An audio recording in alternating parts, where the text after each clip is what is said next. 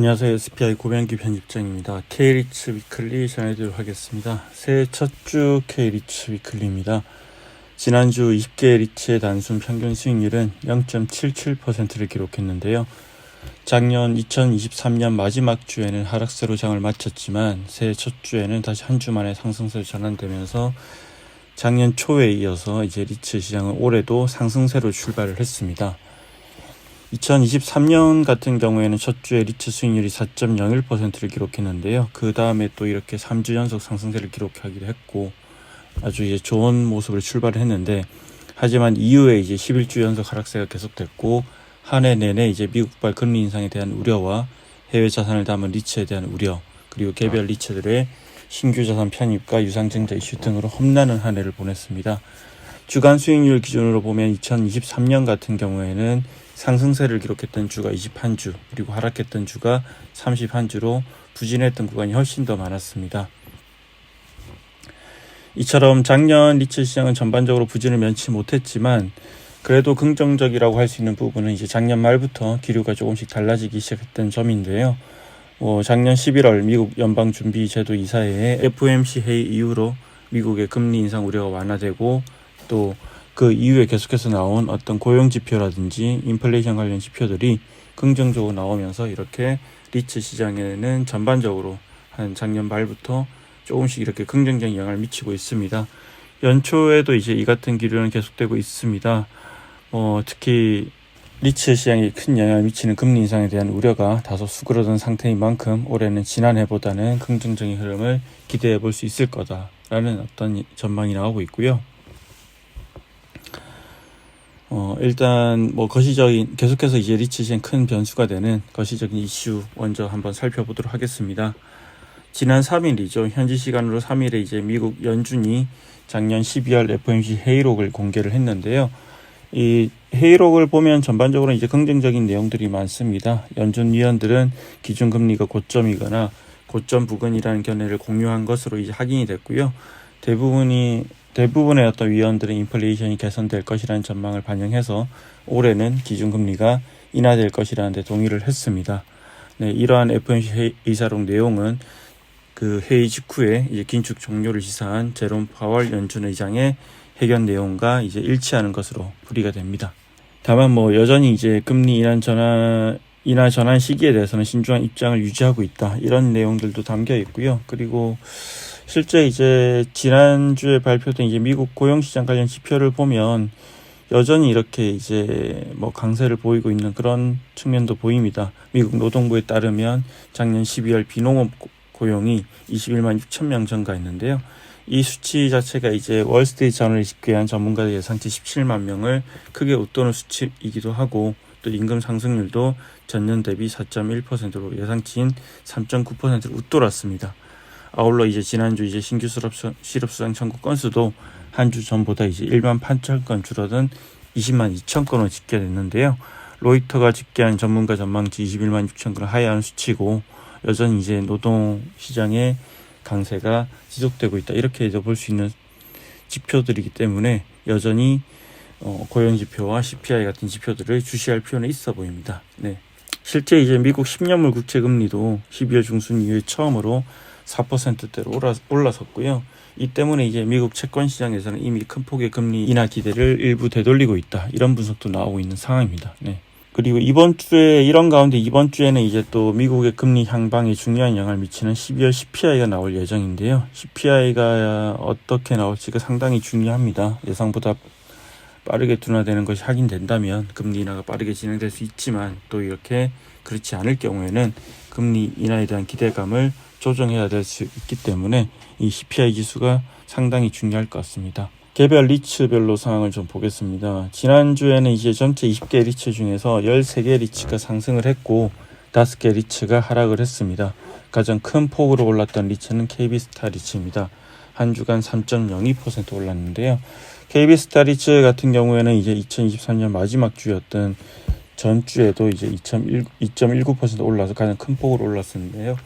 2주 연속 가장 높은 상승률을 기록했습니다. 아무래도 최근 주가가 많이 빠져 있고, 또 KB스타 리츠와 유사한 이제 유럽의 자산을 담고 있는 JR 글로벌 리츠에 비해서는 좀 저평가되어 있다. 이런 분석도 나오다 보니까 상대적으로 그 갭을 메우는 어떤 투자자들이 주가 상승 이끌고 있다. 이런 분석도 나오고 있는 상황입니다. 네.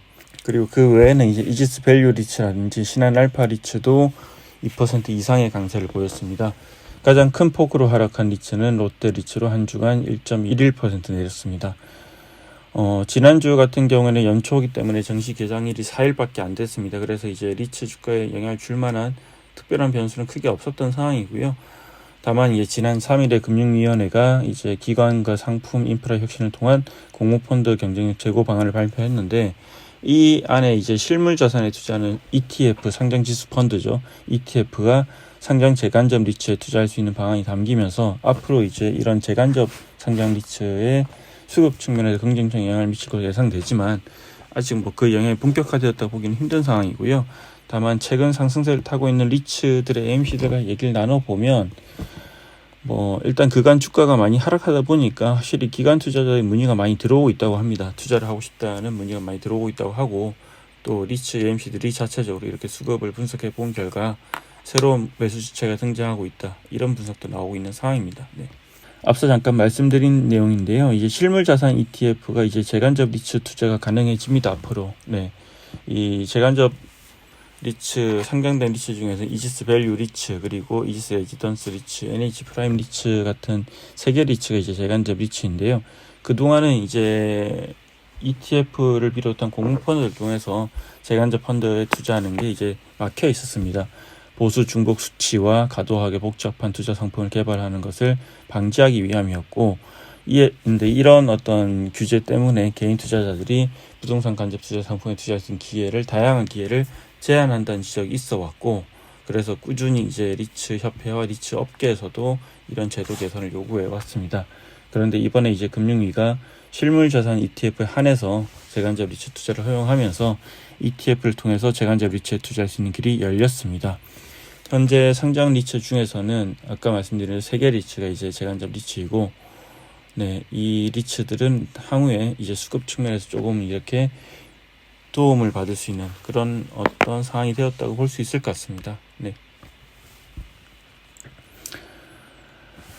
지금 당장은 아니고 제도 개선이 좀 필요한 부분이고, 제도 개선 이후에 아마 6개월 이내에 상장 리츠 투자가 허용될 것으로 예상이 됩니다. 네.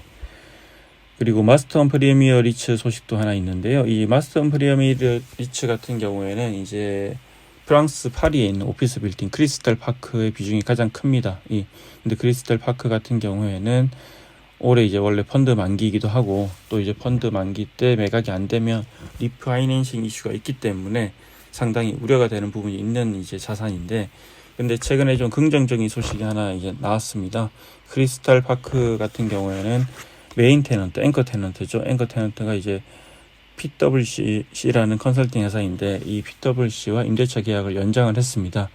이 PwC 같은 경우에는 크리스탈 파크 오피스의 60% 이상을 차지하고 있는 주요 임차인인데, 원래 이제 기존 임대차 계약에 따르면 2023년 말 기준으로 잔여 계약이 약 4년 남았었는데 12년으로 연장을 했고, 또 임대 면적도 현재 60% 수준에서 약 65%로 확대하기로 했기 때문에 아무래도 이제 긍정적인 영향을 미칠 것으로 보이고요.